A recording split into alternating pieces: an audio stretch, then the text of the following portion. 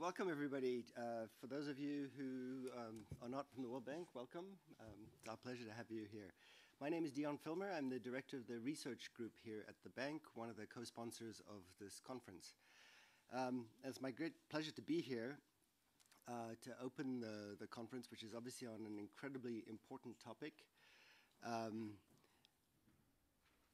in the news every day in the context of the election here in the US, but all over the place.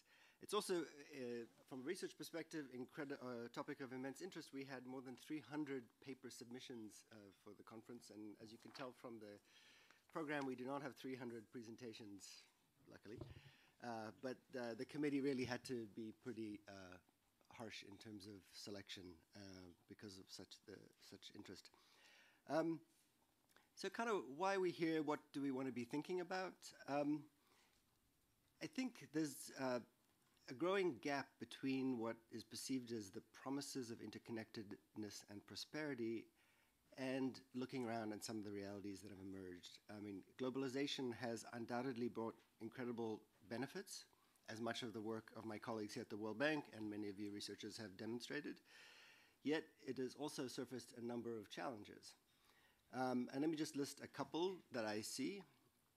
One, inequalities. I mean, it's clear that global trade has lifted millions out of poverty, but it has also arguably contributed to rising inequality. It's a debate. It's clear in many countries income has become increasingly concentrated at the top, leaving large segments of the population behind. So has trade failed to be the engine of equity that many hoped it would be? That's the question. Environment. Export-led growth, a hallmark of many developing countries, has come at a high environmental cost. The World Development Report 2020 on global value chains argued that, quote, pollution, deforestation, and the exploitation of finite resources are direct consequences of a growth model that thrives on economies of scale and hyper-specialization. So I guess the question is this inevitable? Another challenge, exposure to risk. I mean, interdependence, which is a safeguard against instability, has also exposed vulnerabilities. The COVID-19 pandemic starkly revealed some of the risks of over-reliance on a few countries or companies for critical goods and services. Supply chain disruptions, food insecurity, and medical shortages underscored how fragile some of these global systems can be. Fourth, economic rivalries. Strategic competition between countries has intensified. I mean, look, historically, trade has been about gaining economic leverage, and this notion has explicitly come back to the fore in recent years. Countries are seeking self-reliance in key industries, particularly in technologies, while simultaneously using trade policies to block competitors from doing the same thing. Many of the policies we see today around the world, whether they're about mitigating climate change, securing supply chains, or navigating strategic competition, are indeed designed to address some of these challenges. But will these policies rise to the challenge? And if not, what advice can we provide? And I hope that's something we can reflect on here. So I'm hoping that through this conference we can engage in discussion on how we can better bridge the gap between the ideal and the reality of global trade. By revisiting the recent shifts of policies and their economic impacts, we can better understand the widening gap between what trade policy aims to achieve and the uneven outcomes that we continue to witness.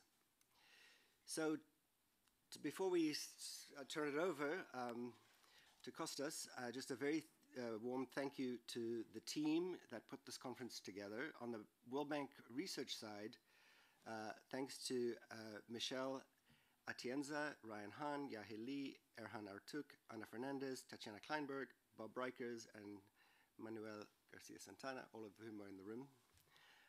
On the Journal of International Economics side, Kostas Arkalakis, yes. Martin Uribe, Ben Faber, Karim Kosar, and Devin Chor. So without further ado, I wish us all a fruitful conference, exciting exchanges, and interesting takeaways.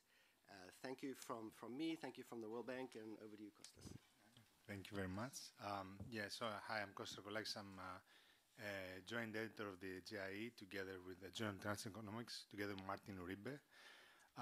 So for us, the topic of development holds a bright future for trade, and the journal is focused on publishing important contributions in the field of development, in trade, spatial, urban economics, and environment and macro, and any intersection of the topics. And we deeply care about the good quality of both empirical and theoretical work. So, and this conference couldn't be a better example of the caliber of such work. So we thank very much everyone. Well, Dion and the World Bank team, as we said, Hagen, Anna, Emmanuel, and of course, and Michelle, and the scientific committee that also had members from the World Bank, Tatiana and Bob Rikers, and Davin Chor and Kerem Kosar. And of course, our guest editor, Ben Faber, who is a leader in the field, and we generally appreciate his feedback in the process. I don't know where Ben is. I just want to say the quality of the paper is extraordinary, well, by selection, since there were 300 amazing submissions. And I thank everyone for participating in the process, everyone for coming today. And I want to say, last thing, we do care very much about the topic and the future of the topic. And we were actually preparing a strategic collaboration with the World Bank and the Bank of France. We're talking with Daria Taglioni, and we hope to be fruitful for kind of more kind of this conference in the future. Perhaps more special issues. Okay, thank you very much. Great, thank you, everyone. So I think we're going to turn it over. We're going to turn it over to the first session, maybe on structural change. So I guess Roberto and Lucas, and Erhan, you're going to be the chair, right? Yes. Okay. So we'll be timekeeper.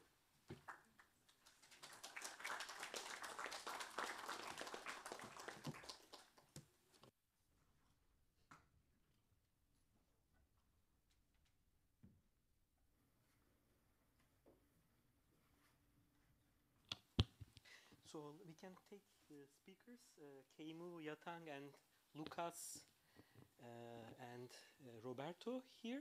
So we can, hopefully we can start a bit earlier because there will be some delays maybe in the future. So if we start, yeah, it's...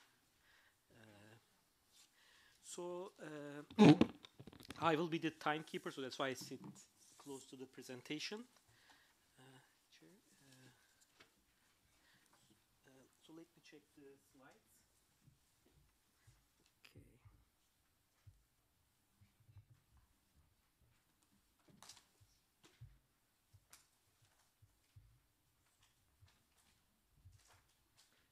So, thank you very much for being here.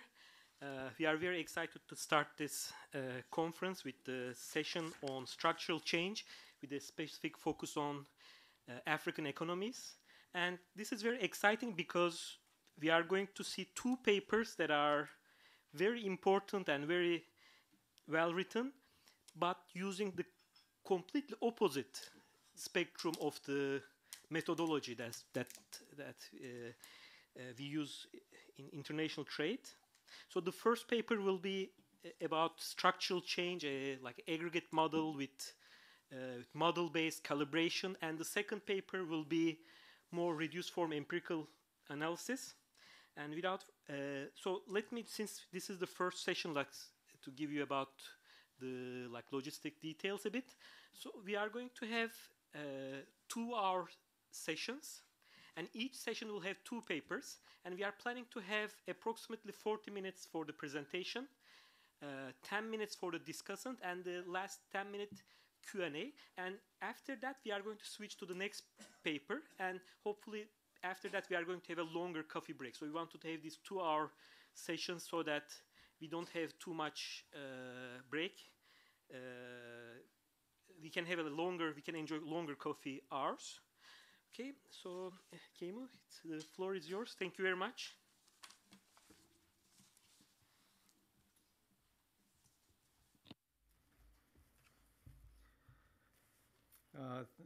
Thanks a lot for inviting us. I don't remember all the names, but Kostas, Erhan, thank you for putting our paper on the program. So this paper is joint with Gaaitzen, Vries, Hagen, Kruse, Emmanuel, Mensah, and Yabo, Vidogbena. And Gaaitzen and Hagen are here, right there, in case you want to ask them questions. I need to say the views here are our own and not not those of the World Bank or the Federal Reserve System. And we received support from STEG, and they in turn got funding from the FCDO, and of course we are grateful for that. So, so the motivation is that while structural change in sub-Saharan Africa has been studied extensively, and this past research has uncovered numerous unique patterns, two of which are listed here, that to the extent manufacturing employment is expanding in SSA countries, it's tended to be in small and relatively low productivity firms. And in recent years, there's been a deindustrialization in the output, manufacturing shares of output. While there has been all this research, it's been largely, almost exclusively empirical.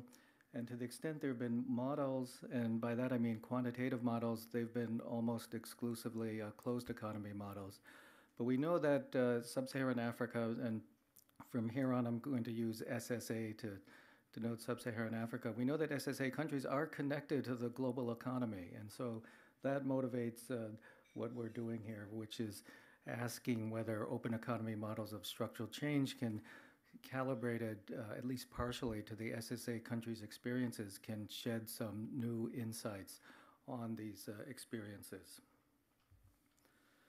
So what we do here is two things.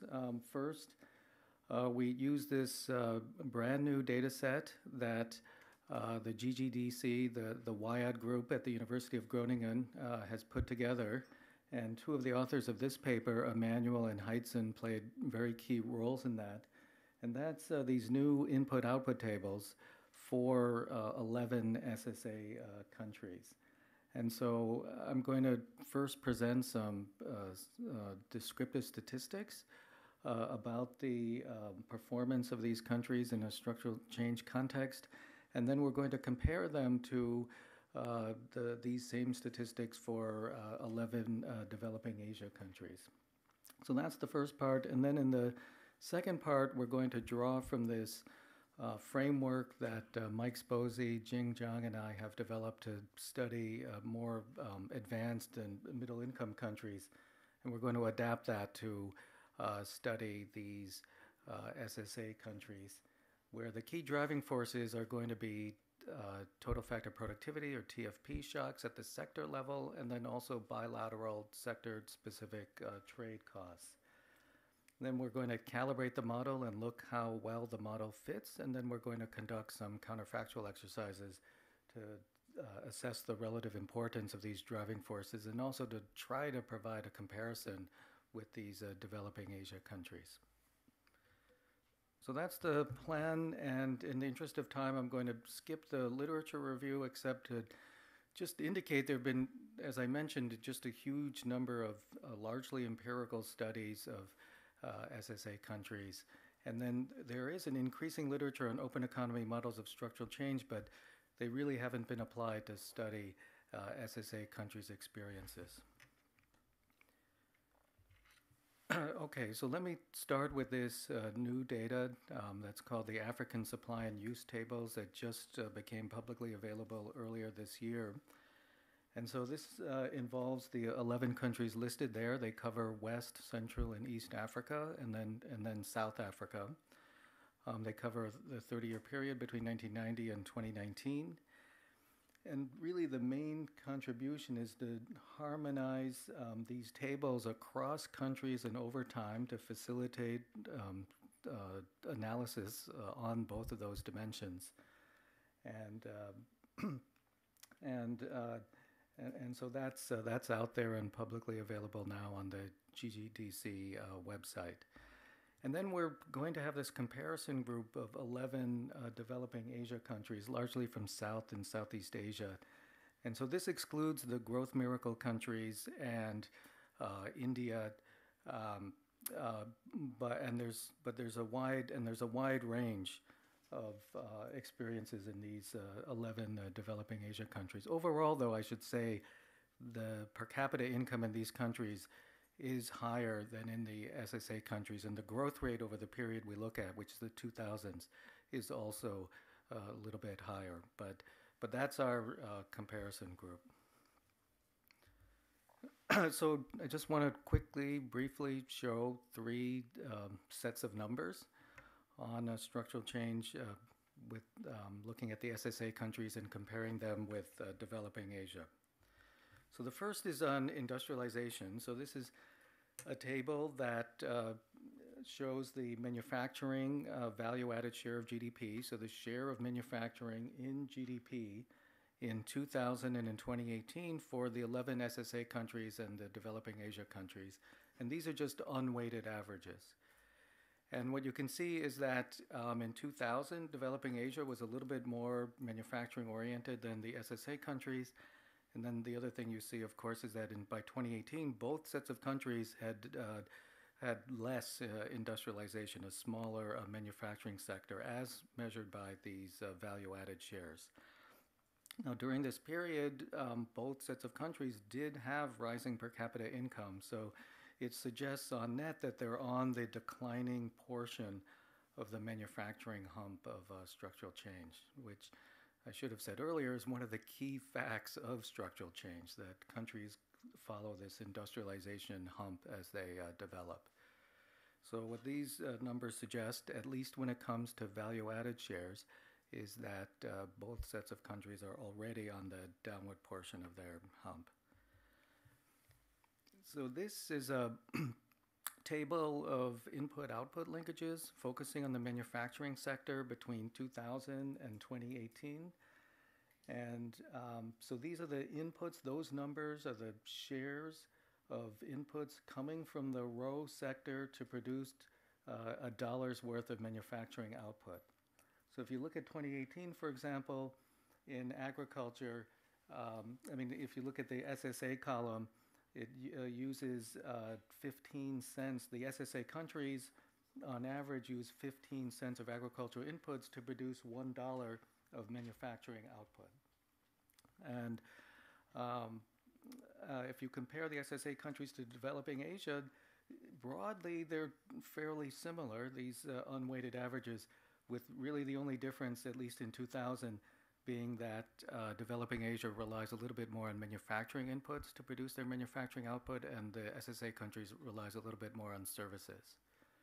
Now fast forward to 2018, and you see a little bit of shifts over time that differ between the SSA and developing Asia countries.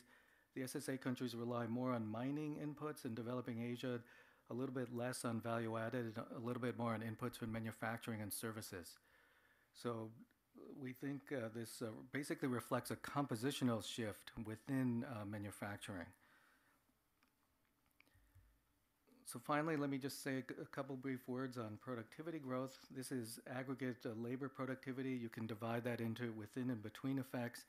And a large part of the previous empirical research on structural change in SSA countries was focused on whether the structural change, the movement of resources across sectors, was enhancing or detracting from aggregate productivity growth.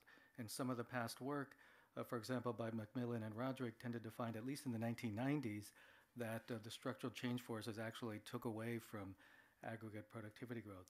But what we find here is, at least for the period we're looking at, the 2000s, the reallocation of workers is towards sectors with higher productivity growth. And this is true in both the SSA countries and developing Asia. And then overall productivity growth, and I alluded to this earlier, is higher in manufacturing and services in the developing Asia countries compared to SSA. Okay, so that was just a brief overview of what we can get out of this new data. Now I want to turn to the model, and what I'm going to do is just describe some of the core features of the model and highlight a couple of equations, and then talk about how we calibrate it, and then talk about the model fit. And then to try to understand what's going on, we're going to run some counterfactuals, and I'll try to share as much intuition as possible from those counterfactuals. Amit? Yes, I think if there are clarifying questions, that will be great for everyone.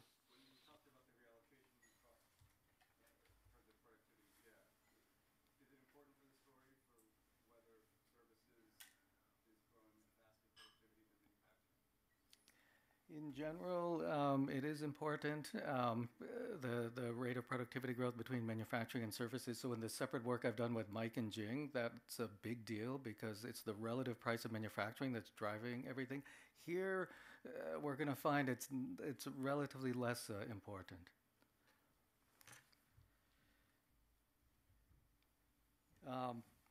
So before I even go through these broad features, I just want to refer back to something that Erhan said, which is this is an aggregate model. So of course it's going to miss, many frictions that are going on at the micro level.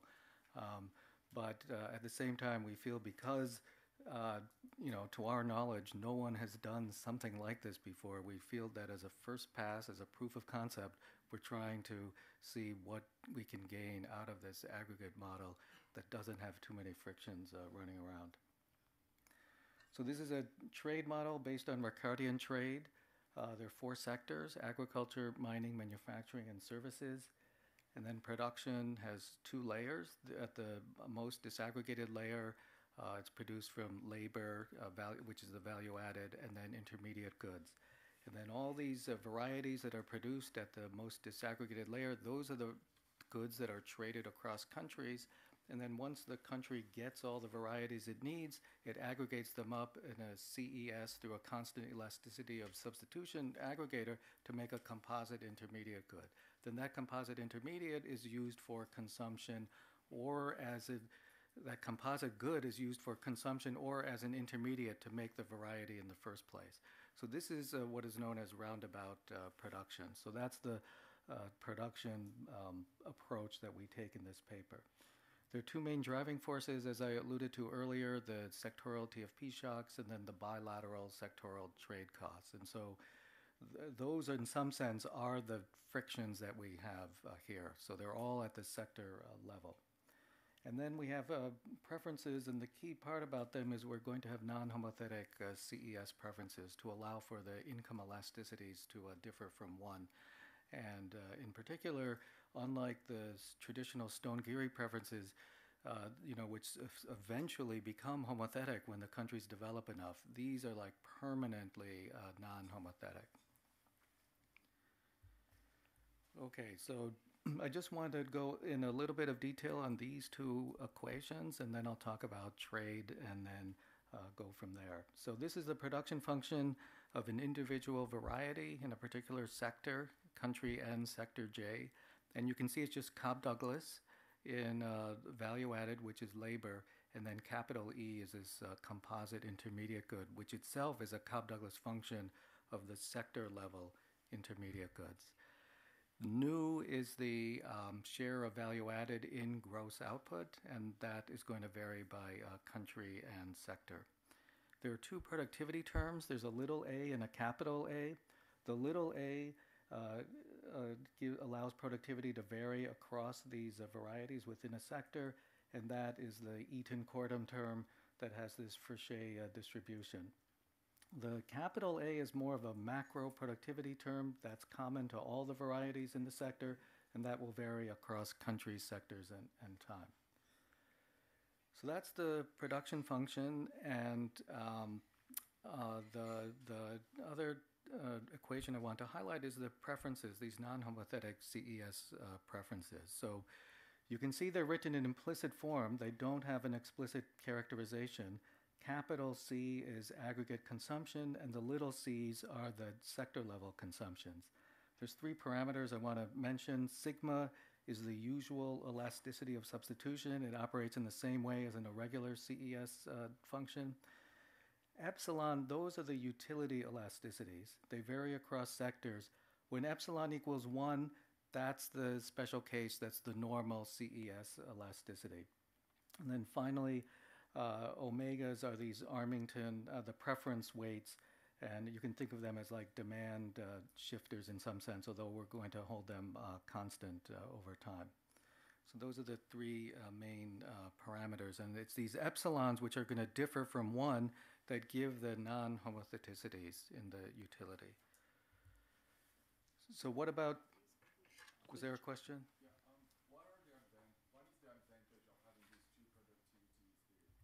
It's just for convenience, just for the calibration. We could have done it the normal way and just put it all into one term that has a Frichet, but it just makes it a little bit easier to do the calibration to separate kind of the Eaton-Cordum term from the macro term. But there's no loss of generality. It doesn't affect any of the results. For trade, we're just going to have a stand-in friction, this little d, where d is the number of units that have to be shipped from country I to country N, so N is the importing country, in order for country N to receive 1 unit. So d will always be greater than or equal to 1. And that's going to be a stand-in for all possible frictions limiting trade. Now we have comparative advantage in the framework, Ricardian comparative advantage. So at the sector level, you're going to have net export surpluses or deficits according to comparative advantage. But for simplicity, we have trade balanced at the country level. So what is increased openness going to do? It's going to increase specialization, which through the selection effects is going to raise the effective or aggregate TFP of the economy, even though the TFP of the individual goods has not changed. Okay, before I get to the calibration, I just want to talk a little bit about how the model works in terms of the mapping from these productivity and trade costs to outcomes in terms of employment shares and the output shares. So first I want to start with a special case where we have homothetic preferences, so income elasticities are all equal to 1, and the substitution elasticity is also equal to 1. So if we were in a closed economy, you would have no structural change. No matter what the productivities are doing, no matter what other frictions are doing in a closed economy, there would be no structural change. But here in an open economy, you can still have it through a comparative advantage. In fact, as equation 3 shows, the labor share, or in this model, it's also equal to the value-added share, the share of GDP of a sector. That's just equal to omega j, which is that Armington preference weight I mentioned, plus capital N, which is the net export share of that sector, where the share is of total GDP. So to the extent the country has a comparative advantage in sector J, capital N will be positive, and the employment share and the value-added share of that sector will be bigger than just the preference weight, which you can think of as like the demand for that sector's goods.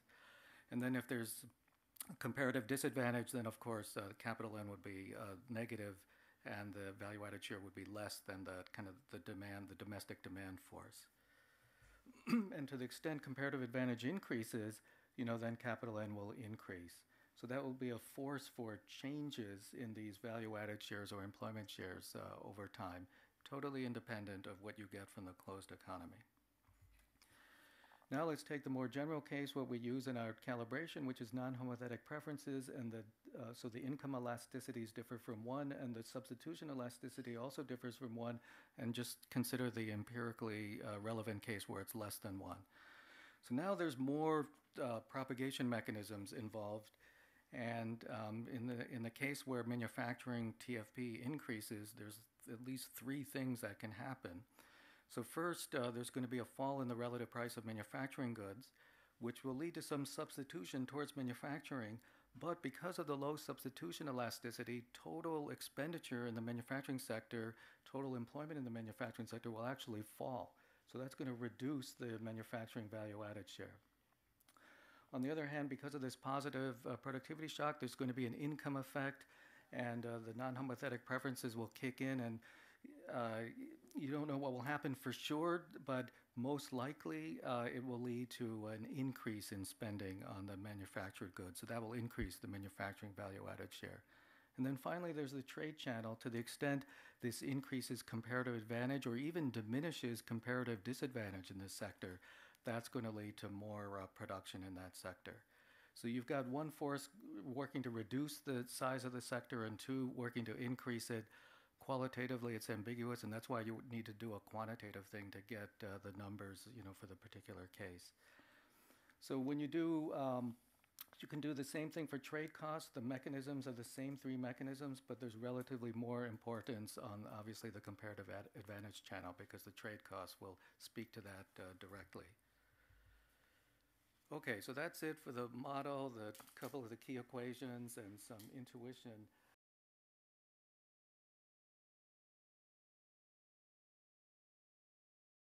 Developing Asia countries, and then we have the rest of the world. So how are we going to put them all together? So what we do in our calibration is we just take one SSA country at a time, or one developing Asia country at a time, and then we pair it up with 9 other countries. You know, the US, China, and India, the other G7 minus Canada, and then the rest of the world, which is literally the rest of the world as according to the OECD. So each calibration will have 10 country regions, one SSA or developing Asia country, and then this rest of the world as captured by these 9 countries or country regions. In terms of the parameters, the Africa specific or developing Asia specific data are from the kind of these input-output linkages, the share of value added in sectoral production, and then I didn't mention it, but we have all these intermediate goods linkages, and they're also coming from these new input-output tables from Africa. And then we use these ADB input-output tables to do the similar calibration of these parameters for the developing Asia. So they're going to be country and sector specific. Then these Armington preference weights, those omega terms, we're just going to make them the same for all countries, and then we take that from the OECD input-output tables. Now these elasticities, these we're taking from other sources. So they're just from external sources, not Africa specific. And so they include the trade elasticity, the substitution elasticity between sectors, and then these income elasticities, and I'm going to call them income elasticities. Technically, they're utility elasticities.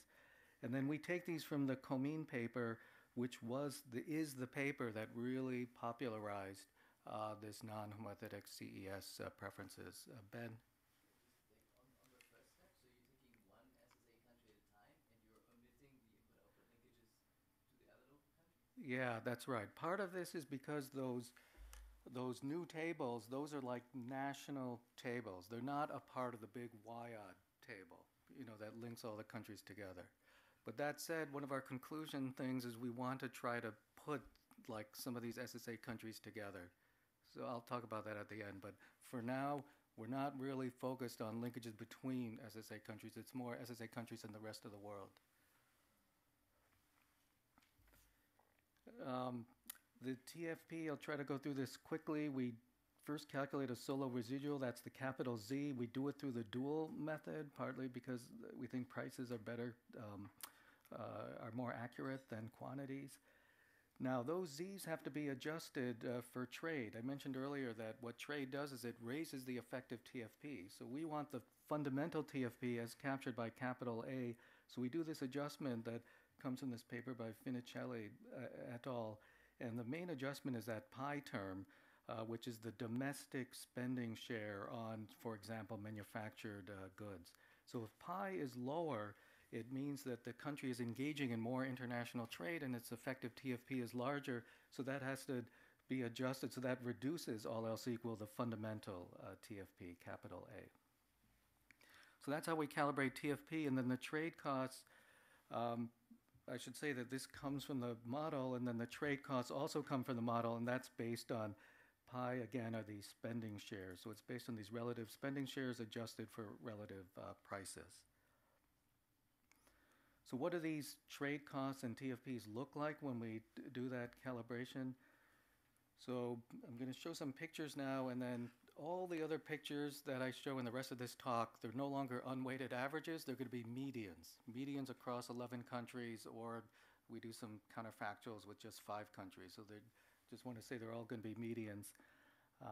And so this is the first example of a set of medians. So for Sub-Saharan Africa, we're really focusing on growth here. So and these are in logs, so we normalize them to be, the logs to be 0 in 2000.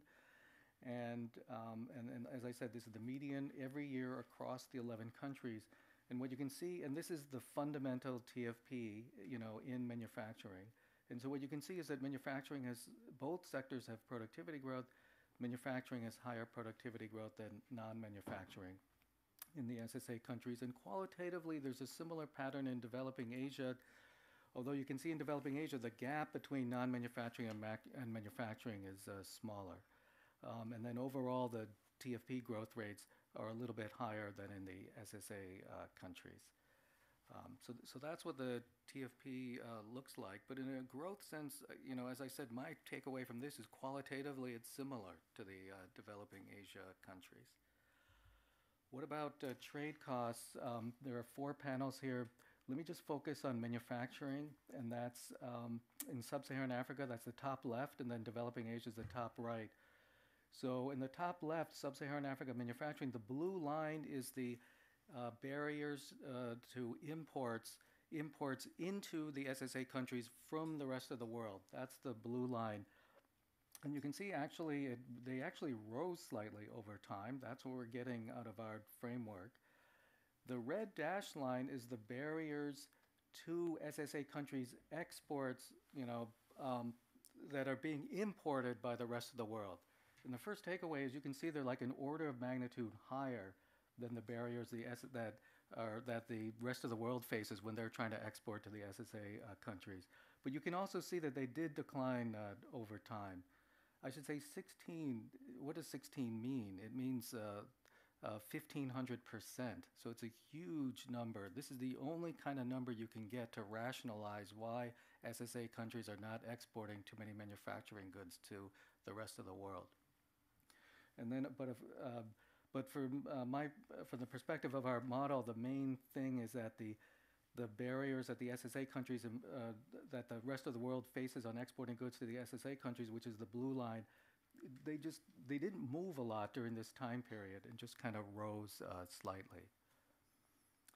Now the top right panel is developing Asia. Qualitatively, it's a similar picture, but you do see a little more convergence, like more reduction in the barriers that developing Asia faces in exporting their goods to the rest of the world, as captured by the red dashed line. You also see a bigger increase in the barriers that the rest of the world faces when exporting their goods to developing Asia, which is the blue line. But again, qualitatively, I would say in a big picture sense, they're not that different, although the changes over time are somewhat different. Can I ask a quick question? Yeah. So the reason why you cannot use more disaggregated data to calculate the frictions, because some of these products could be different from each other, because you don't have the domestic absorption, right? If you were to do it for like HS 6 digit or something, it wouldn't be possible. No, well, okay. So with the pies are essentially coming from trade data and production data. So the pies, I think you can get at a pretty disaggregated level. It's the P's that are the challenge. Would you say that's right, Hagen and Gaaitzen? The P's are really the challenge. And you're right, we aggregated everything to these 4 sectors and we worked from there. But maybe it would be a useful exercise, maybe controlling for the P's to just look at the pies and see what you get. But surely there's a lot of, this is covering up a lot of heterogeneity. That's right.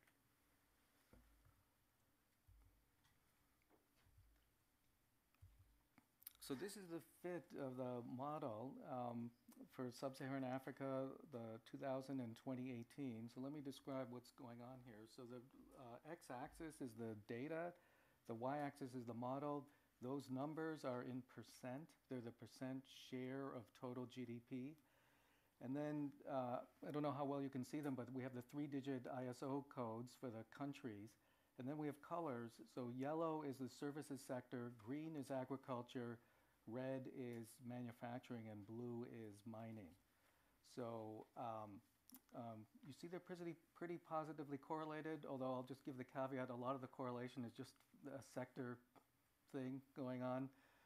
I'll just mention one number. The root mean square error is about 9, meaning 9 percentage points in 2000. So that would be like, this distance here.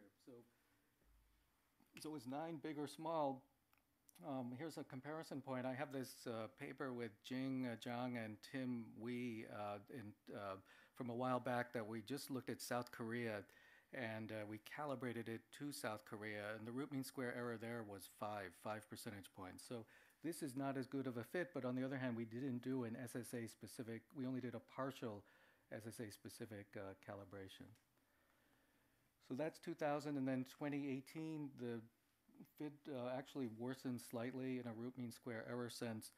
Here's the big picture. We tend to underpredict services, and we overpredict, which is in yellow, and we overpredict mining and manufacturing, which is in red and blue and red, respectively. The green, the agriculture, we miss on both sides. What about developing Asia? It's actually a similar picture in 2000 and 2018. I'll just mention the root mean square errors. They're a little bit, they're about the same size in 2000, and then a little bit relative to the SSA countries, and in 2018, they're slightly smaller. But overall, the fit for the SSA countries relative to developing Asia is broadly similar for both years. And I should say across the sectors as well. What about trade? So these are the medians again.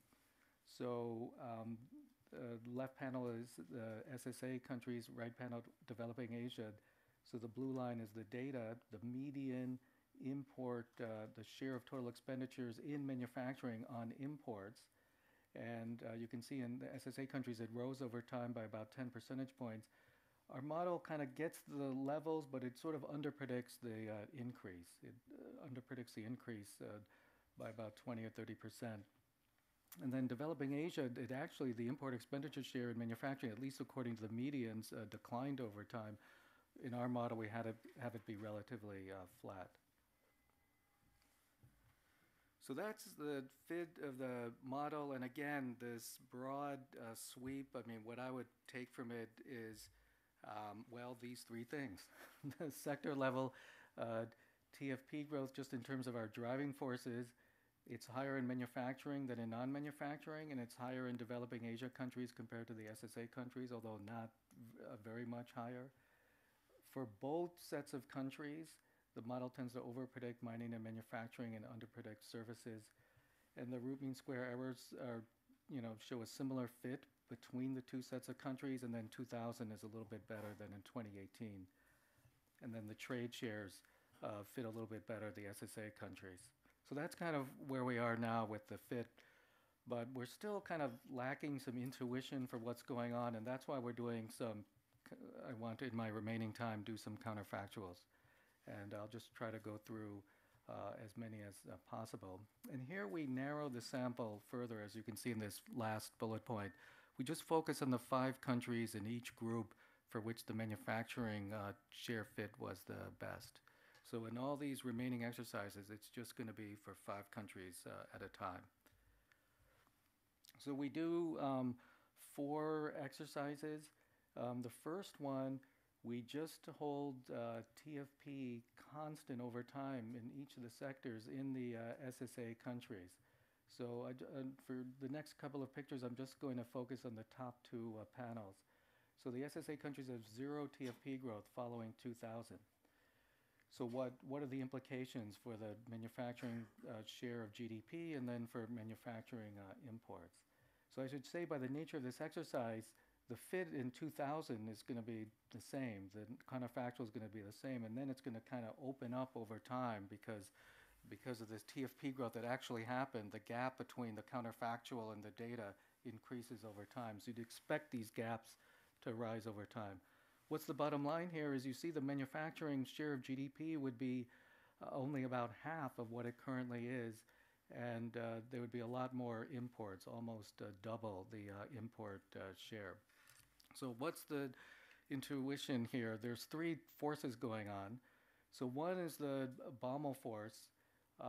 Without this TFP growth, remember manufacturing had higher TFP growth. So Amit, back to your question, this manufacturing versus services does play a little bit of a role here. So manufacturing had higher TFP growth.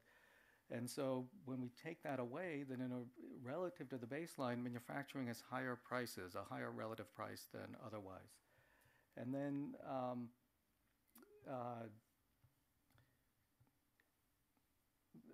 and then because it has a higher relative price than otherwise, normally there'd be substitution away from it, but there's very little substitution because of the low substitution elasticity. So actually the share is going to increase because of this force, the higher relative prices. So that works against the counterfactual. But then there's two other forces. There's the income force. There's lower income, obviously, in this counterfactual. And so that's going to move expenditures away from manufacturing and towards agriculture and mining. And so that's going to be a force depressing the value-added share of GDP. And then finally, there's the trade force. Without this manufacturing TFP growth, they're losing whatever comparative advantage they have in manufacturing, or the comparative disadvantage is growing in manufacturing. And so that's going to lead to more imports, as you see on the right, and hence less output in that sector. So you can see from the picture that the income effect and the trade effect dominate the Baumol effect, and it's pretty sizable too. The bottom two, I'm going to skip the bottom two panels. We do the same thing for the big 9 countries, and it's basically qualitatively everything is in reverse, which is what you'd expect. It's the relative productivities across countries that matter. So whether it's a scenario where SSA countries' TFP is not growing or the other guys' countries are not growing, you get qualitatively the similar effects just in reverse. Now, developing Asia, that's the top two panels here. Qualitatively, if you compare these top two panels with the top two here, qualitatively it's similar. The magnitudes are a little bit smaller, maybe 2/3 as large on the value-added share side, but basically the same idea, so that the income effect and the trade effect kind of dominate this Baumol effect. So that's, and then overall you can see that the TFP mechanism is a pretty important mechanism in terms of these magnitudes. So the second counterfactual we do is trade costs. We hold the trade cost constant over time. And this first exercise in the top two panels, what we're holding constant is the import barriers, the barriers that the rest of the world faces in exporting their goods to the SSA countries. And you can see that in terms of the value-added shares, there's very little change, and also in terms of the import expenditures, there's just a little bit of change. And why is that? Well, this is largely just because the trade costs themselves did not change very much, as I showed earlier. The trade costs kind of rose a little bit in manufacturing, focusing on manufacturing. They rose a little bit in manufacturing. So when we hold the trade costs constant, actually the manufacturing trade costs are lower than in the baseline. That's one reason why you get a higher import share in manufacturing. And then that higher increase, doesn't lead to much action on the value-added share side. So that's one of the main channels. It's obviously not the only channel. Otherwise, you would see the picture on the right reflected on the left, in almost a parallel shift, but shifted down a little bit for scale. Have you have a question? Yeah. Is there any dynamics going on? There's no dynamics here. So this is just a sequence of static economy. So we don't have capital accumulation. We don't have net foreign assets.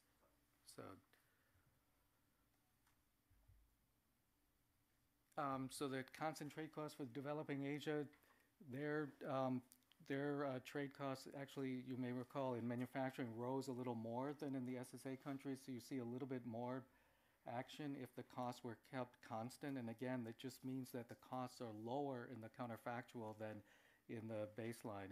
And that's why you see a higher import expenditure share and then a little bit lower manufacturing value-added share. So let me turn to two other counterfactuals. So one is just autarky. What happens if we just shut down trade overall in the SSA or developing Asia countries? And you might think it would not have much of an effect given that the calibrated trade costs were so high. But you can see here that it does have an effect. If you go to autarky, which means the import expenditure share, of course, goes from being in the 20s and 30s down to zero on the right panel. On the left, you can see that the value-added share increases by about 5 percentage points. So what's going on there? It turns out the SSA countries have a comparative disadvantage in manufacturing. So you go to autarky, and the manufacturing sector, just for that reason, is going to grow. And then in addition, it turns out kind of in the background, the big export sector in many of these SSA countries is mining. You go to autarky, you just can't have the exports of these mining goods, so the workers have to reallocate, and they tend to go into manufacturing a little bit more than to other sectors. Developing Asia, you can see qualitatively it's similar. You look at the bottom left panel that you go to autarky, the manufacturing value-added share will increase. But you can see it doesn't increase as much as in the SSA countries. And it's for the two kind of mechanisms I mentioned earlier. Developing Asia, unlike SSA, they have a comparative advantage in manufacturing. So you shut down, you go to autarky, that's going to actually hurt a little bit the production. And then they don't have a big mining sector. So they're not going to have all that shift from mining to manufacturing. So even though qualitatively it's similar, the quantitative difference is because of the two mechanisms I mentioned. The last exercise is a China exercise. So what we do here is we hold China's TFP fixed at its 2000 levels. We hold its import cost, the cost of importing goods from the rest of the world, including the SSA country, fixed at the 2000 levels. And then the SSA countries, the import barrier that the China exports face, that's also fixed at the 2000 levels. And then what happens? And you can see that it doesn't look like very much. It's about, in terms of the manufacturing value-added share, the structural change number, it's just about 1 percentage point. And so why is that? By 2018, China was already the biggest source country of manufacturing imports for the SSA countries. No other country was a bigger source of imports, at least for the median country. But at the same time, those imports still only accounted for about 8% of total manufacturing expenditure in these countries. So you shut that down, you're going to get some substitution to other countries, and then in the end, it's just not going to add up to very much here. So this is like our version of the China shock, but in a GE context. Okay, so this is the final slide. So just wrapping up the counterfactuals, qualitatively, the results are similar for the SSA and between the SSA and developing Asia countries. I think the counterfactuals showed that domestic TFP growth is an important force driving the manufacturing value-added shares. And this is a finding that Jing and Mike and I find in our other paper. Now, trade costs do not matter directly in large part because they didn't change very much, but they do matter in an indirect or supporting role. They're very important in propagating the foreign changes, the changes in TFP around the world to the SSA and developing Asia countries. And you saw that through the autarky exercise. The fact that the manufacturing value-added shares change so much when you go to autarky shows that trade, despite the high trade costs, does matter as this propagation mechanism.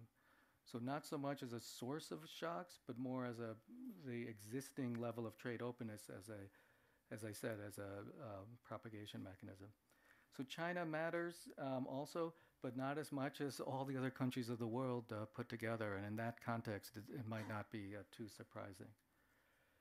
So future work, as I mentioned in the beginning, there's all sorts of heterogeneity that's being masked by this exercise. And so we want to kind of take some steps to bring in some of that heterogeneity. And one, of course, is different returns to factors across sectors. And so one thing we want to do is introduce some frictions to get that, to get a separation between employment shares and value-added shares. So just as an aside, we focused our comparisons on value-added shares. In our model, they're equal to the employment shares. The fit would have been much worse for the employment shares because of this agriculture thing running around.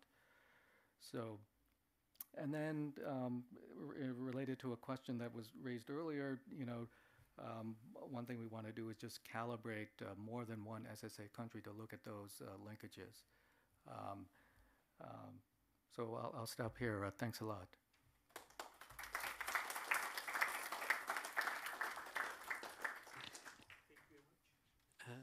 Roberto?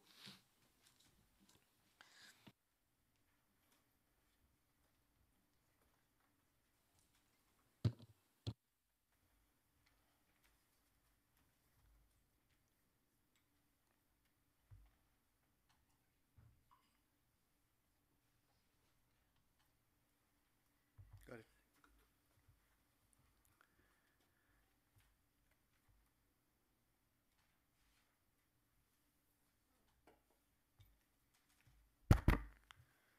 Okay, well, good morning, everyone. I'm Roberto Fattal. I'm the World Bank Research Group. I'm very happy to have been invited to discuss this paper. So thank you to the organizers. I think that when it comes to matching the theme of the paper with the theme of the conference, you couldn't have gotten a better match. You have trade in this exercise. You have uneven development, even uneven sectoral development. So that already makes it the perfect fit for the conference. In addition, of course, it's a very rich paper. It offers some new insights into production linkages in Sub-Saharan Africa, which altogether is a very under-researched area of the world. And it does so with a rich model, but yet quite tractable given modern days tools. So I think it's as good as it gets for the conference, and it was very fun to read, and I learned a lot from it. So what are the main questions? There is an empirical block, which is to revisit some stylized facts about structural transformation in Sub-Saharan Africa, but I think that the big novelty is to show us how much we can learn about the patterns of linkages across sectors in this region from this novel database that Groningen Center is putting together about input-output tables in SSA. Now, the biggest or the most cumbersome exercise comes when trying to make sense of the data through the lens of a model of structural change. And then the purpose of the work is to see, well, how can we account for when we see the data through what are, in some cases, standard forces of structural change, such as income effects and unbalanced productivity growth, but more novel to the literature and to the region in particular, the role of international trade. So what are the main findings? Very briefly, with regards to structural transformation, it's kind of surprising that Sub-Saharan Africa being so underdeveloped, it's already in the declining portion of manufacturing value-added share, so it's deindustrializing.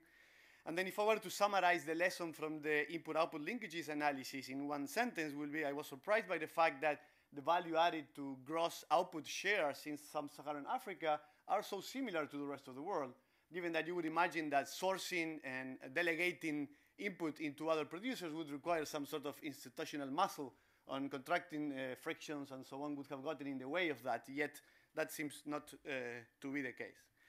Quantitatively, the authors ask how much do sectoral TFP growth matter in accounting for structural change, and that's where it matters a lot. Without the exhibited dynamics of local productivity across sectors, there wouldn't have been even a much lower industrialization in Sub-Saharan Africa. When it comes to foreign technology, how much does it matter? It still matters quite a bit, but not as much as domestic productivity. But this emphasizes the importance of trade as a mechanism of how foreign technological shocks can propagate to the rest of the world through exports and imports. Trade barriers are not that important, perhaps because they are high and then don't move too much. And trade overall, again, despite this fact that trade barriers are high, trade overall as diffusion mechanism is an important driver of structural change. That's, to me, a repetition of the main. So here I thought I was teaching instead of reviewing the paper, so I'm going to go quite fast, much faster than I thought I could be able to. And I would like to summarize the essential building blocks of the model. So there are consumers, producers, and a bunch of equilibrium conditions. The consumer's demand system is very important as a creator of structural change. There is a non-homothetic CS demand system. So the non-homothetic what's going to create for structural change is that as the countries get richer, the expenditure shares are going to change because of differential income elasticities. In particular, the observation is that if you are poor, you mostly eat agricultural goods, and then as if you get richer, you spend more on manufacturing, and again, when you're super rich, you go to the spa or the nail salon or the barber shop. So the income elasticity is the lowest in agriculture and the highest in services, and that connects aggregate growth with structural change through this non-homothetic channel. But then there is also the CS portion, which tells us how consumers respond in terms of expenditure, shares of the different goods they consume as relative prices change over time.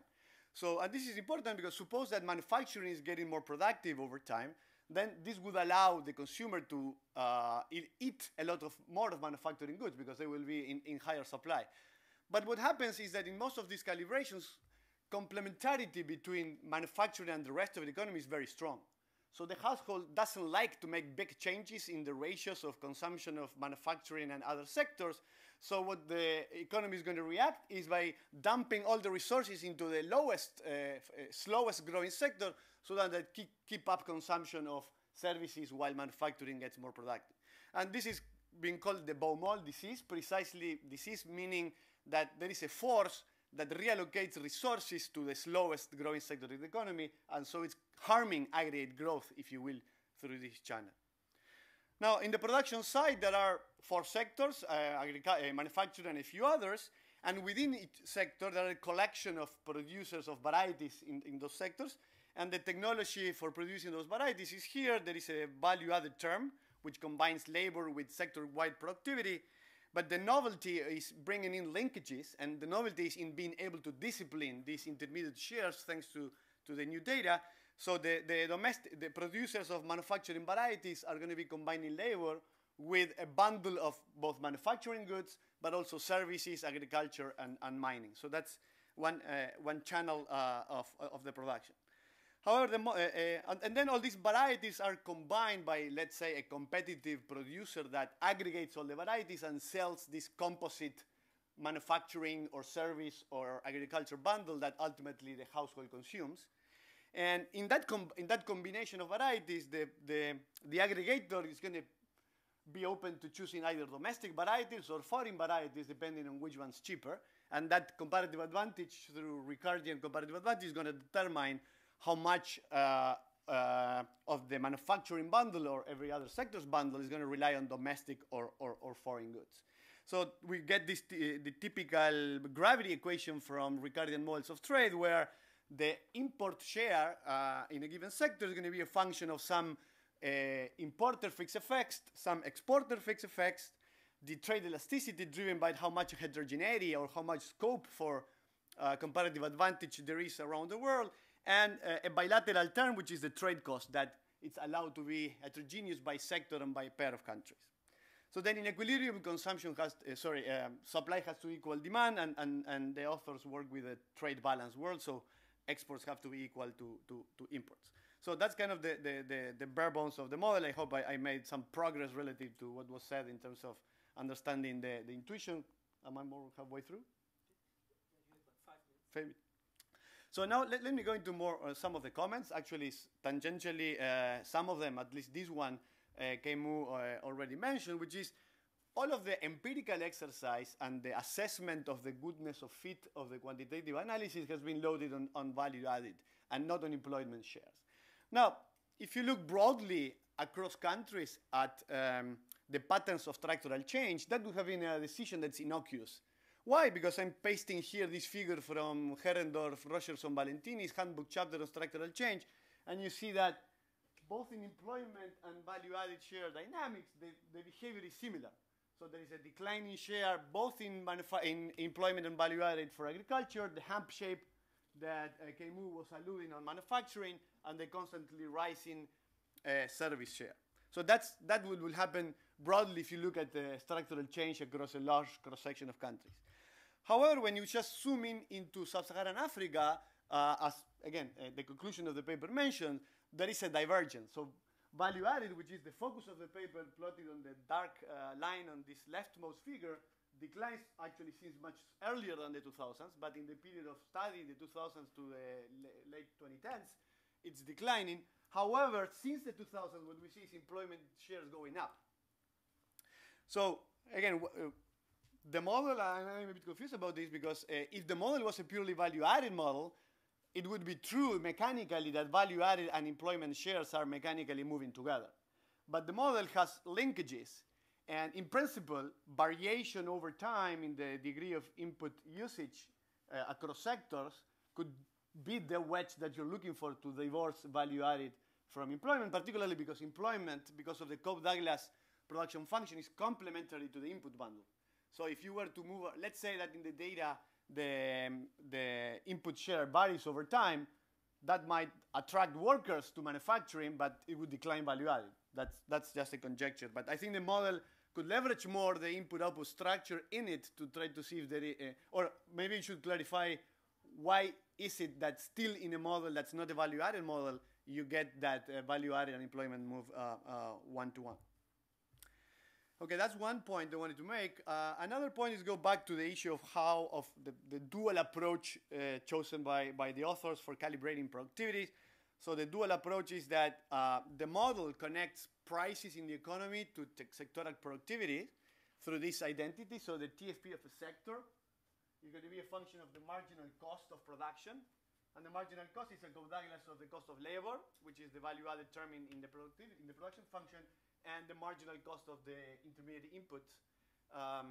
So the authors say, well, let's, instead of just observing the productivities directly from the data and then using the model to have implications about prices, they feed in prices from the data and extract productivities.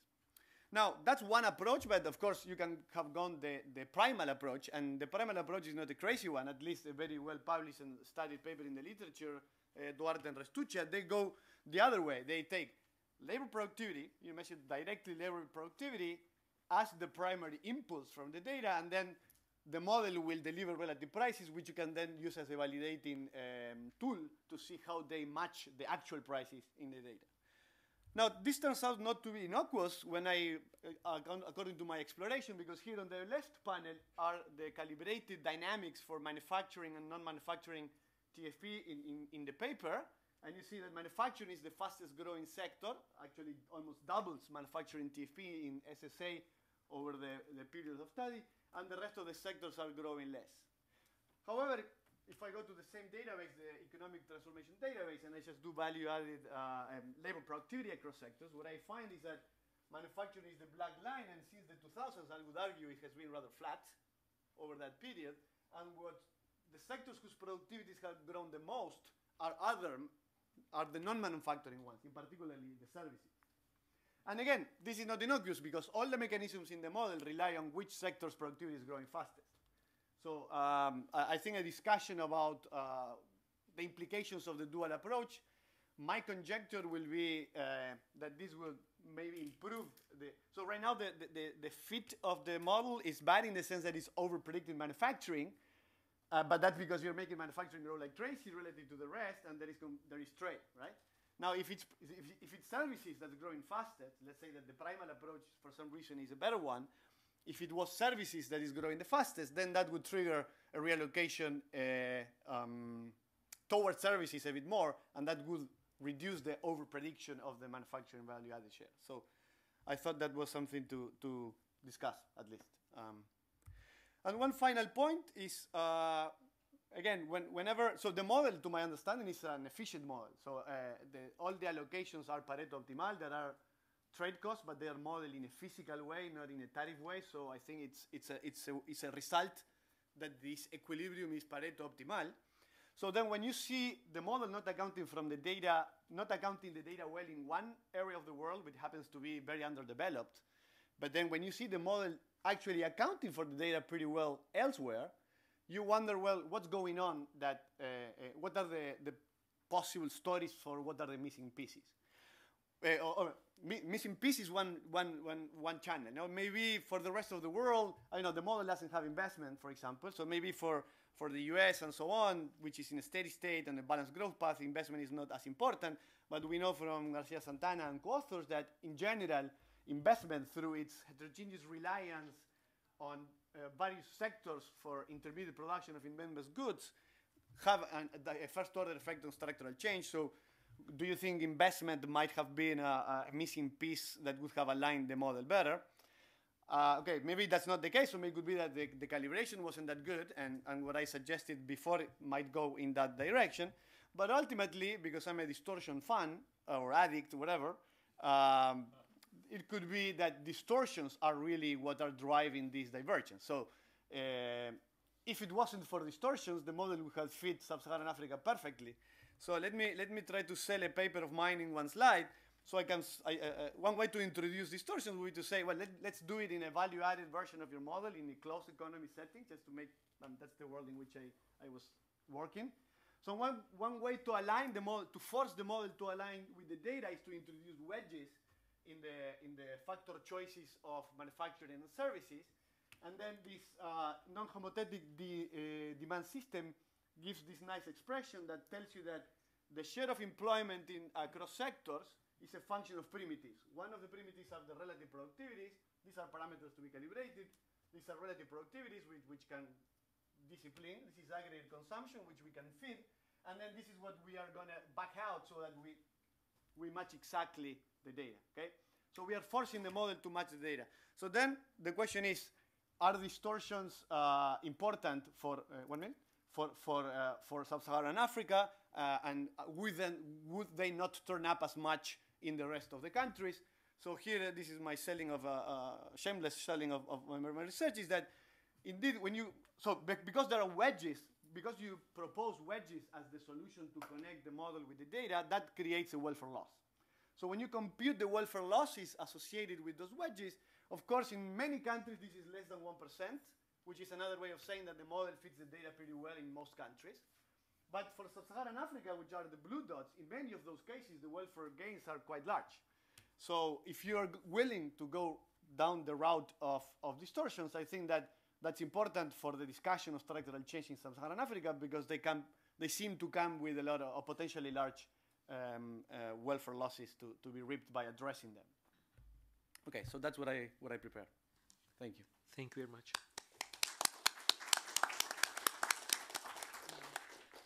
Kei-Mu, would you like to first, before the Q&A, address some of his points, if you like? Sure. Thanks very much, Roberto, for a really good discussion, a very good summary, and we appreciate all your comments as well. Let me just talk about your final comment. I think that's a great idea. I mean, we talked a little bit about that, doing something like that, but I think you made it very concrete for us, so thanks for that.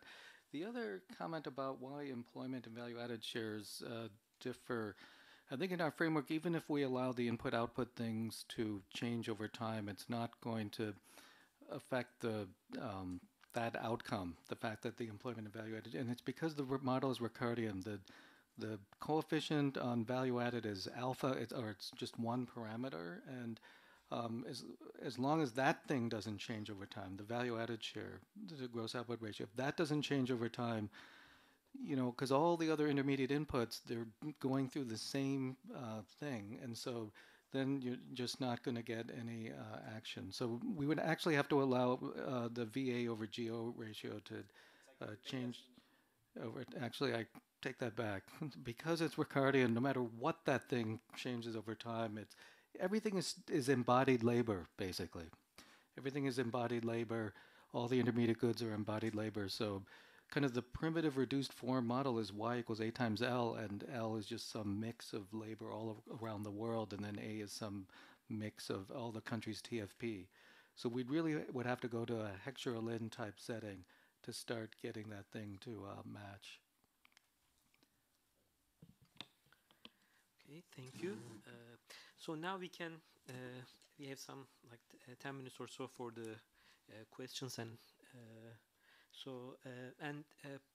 we'll try to, since it's a research conference, we'll try to make the questions very blunt and precise and concise, so that we don't need the usual World Bank things. Oh, this is an excellent report, very timely and things like that.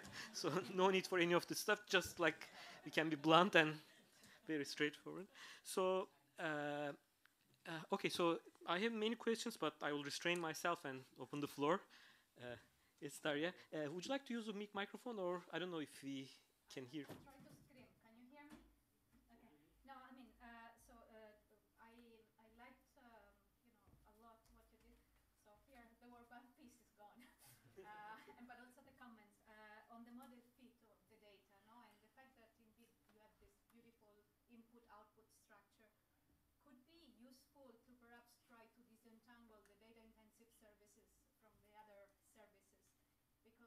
that might also address one of the points of Roberto about, the industrialization through comparative advantage in services.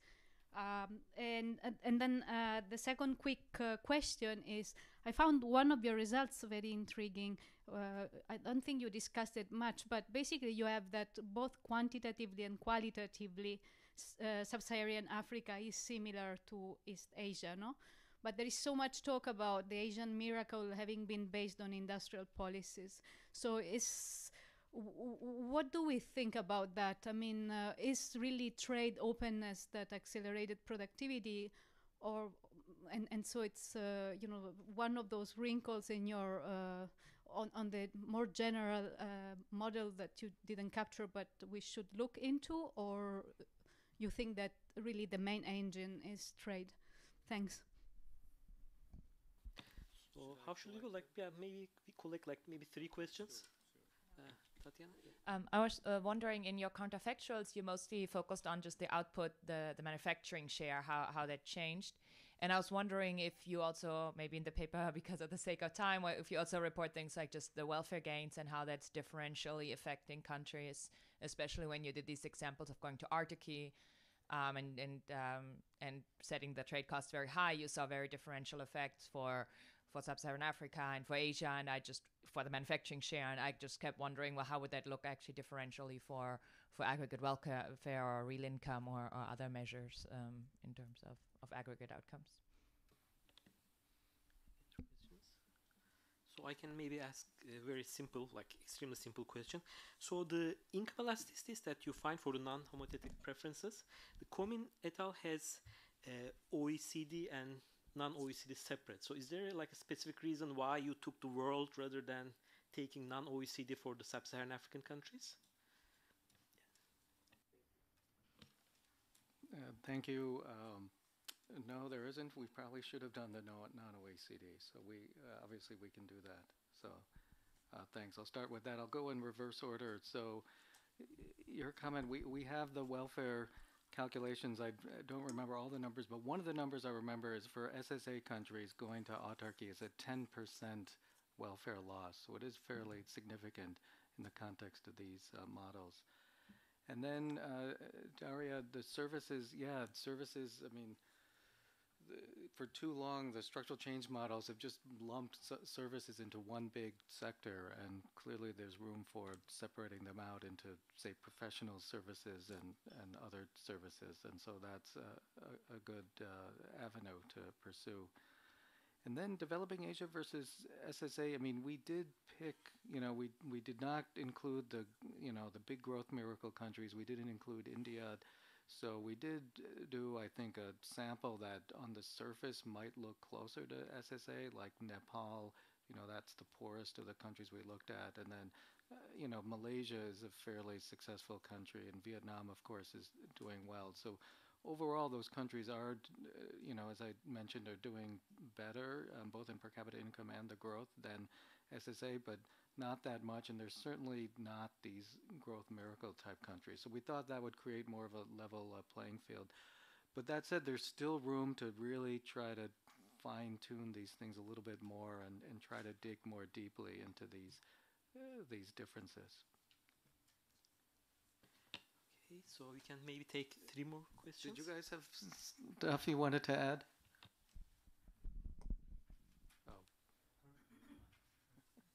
Discussing the elasticities. Oh. Hey, so this is related to Tatiana's question, but about growth rather than welfare. So, so one of the reasons we often think about structural transformation as being important is for its role in boosting growth. So, rather than just welfare, how important is it for growth, and how important is the sort of TFP growth in manufacturing versus, let's say, if we were in other sectors for boosting growth, and how well can the model fit the data in terms of historical growth rates for the different countries? Any other questions we have? Tina, there.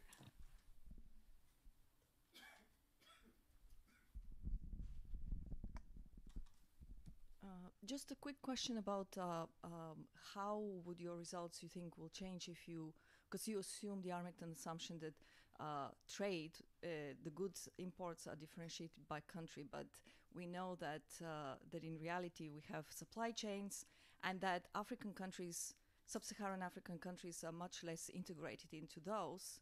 So you have a very different type of traded goods with the rest of the world from those that, let's say, Vietnam trades with the rest of the world. So if you can reflect on this, please.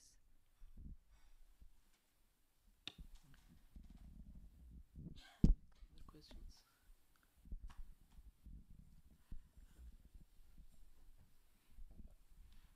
I just have follow-up questions from the previous question. So in Africa, there's literature that relates structural chain with time use. And sometimes they divide service sector into like market service versus home production, and there's a sort of different elasticity of substitution between manufacturing and sometimes professional service versus like home services. And so that different elasticity can generate different pattern or structure chain if you have a manufacturing tier peak. So I wonder if it would, like, could you comment a little bit on that? Thank you. Again, going in reverse order, that's a good idea. And we'll definitely think about it. And yeah, so I'm aware of like Joe Kabaski's work on this, his initial work, and I didn't realize it had been applied actually to SSA, so it would be good to look into that possibility, and I think it could help the FID. On the trade side, yeah, we have roundabout production, so personally, I'm not a huge fan of that. I mean, some of my past work likes to think of supply chains in terms of a sequential production model, and I think when you have that type of sequential approach, you can get at sort of more intricacies along the lines of what you're talking about in terms of characterizing and understanding differences between different sets of countries. But in the context of what we have, the way we calibrate the trade costs, it is going to pick up some of these flows. And so one thing that I think would be interesting to do is, and you can calculate, from our model as well as from the data, measures of value-added exports, for example, the Johnson-Noguera, Koopman-Wangwei measures.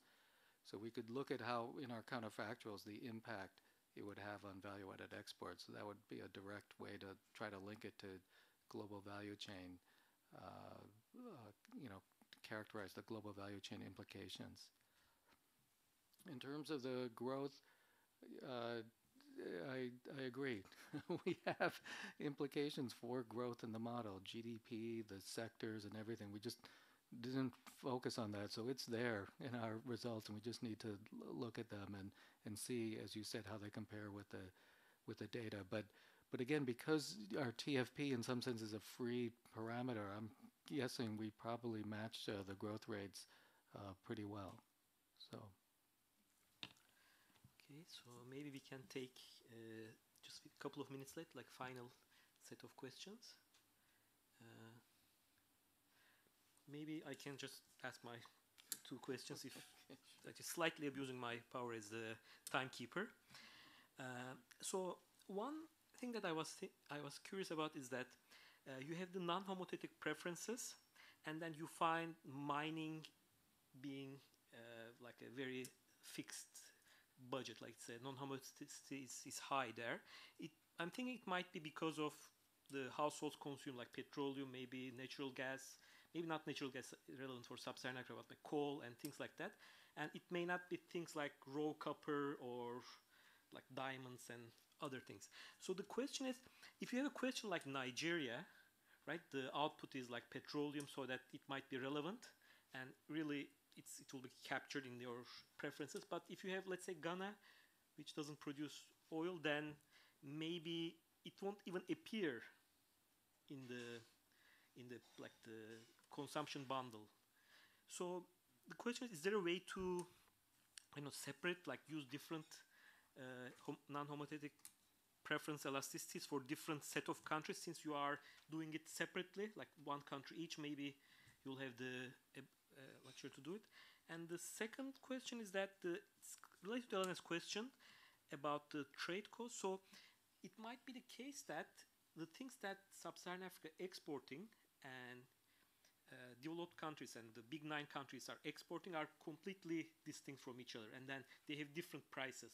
Not maybe because the prices are different, maybe they are different, or could be that the qualities are different. So by the trade cost, I think you might be capturing other types of frictions, like the differences in quality and things like that. So I was also wondering if it's, I asked this question previously, but it's possible to control for some of these effects. And any other questions, final? Thank you. Those are great questions.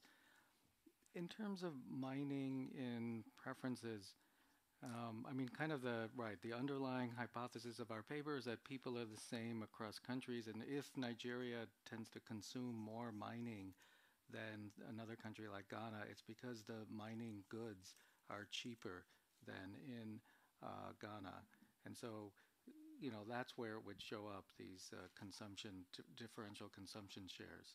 So, but this is another external validation that we could do is just see if these consumption shares, because that is another output of our program, our model, how they line up. In terms of the TAO, the quality, the trade shares, you're right, we don't have quality, but to some extent, there's a one-to-one mapping between quality and efficiency of production, and we do allow, in the Eaton-Cordham way, for heterogeneity across production. So I guess one angle of interpreting what you're saying is maybe we should think about different values of that heterogeneity parameter, the theta parameter. So I guess in short, we allow for some of this currently, and then, but yes, then our remaining trade costs just would capture all sorts of things like the quality and culture, language, et cetera, beyond tariffs and transportation costs. Thank you very much. Thank you. Thank you for all the comments. Thank you, Roberto.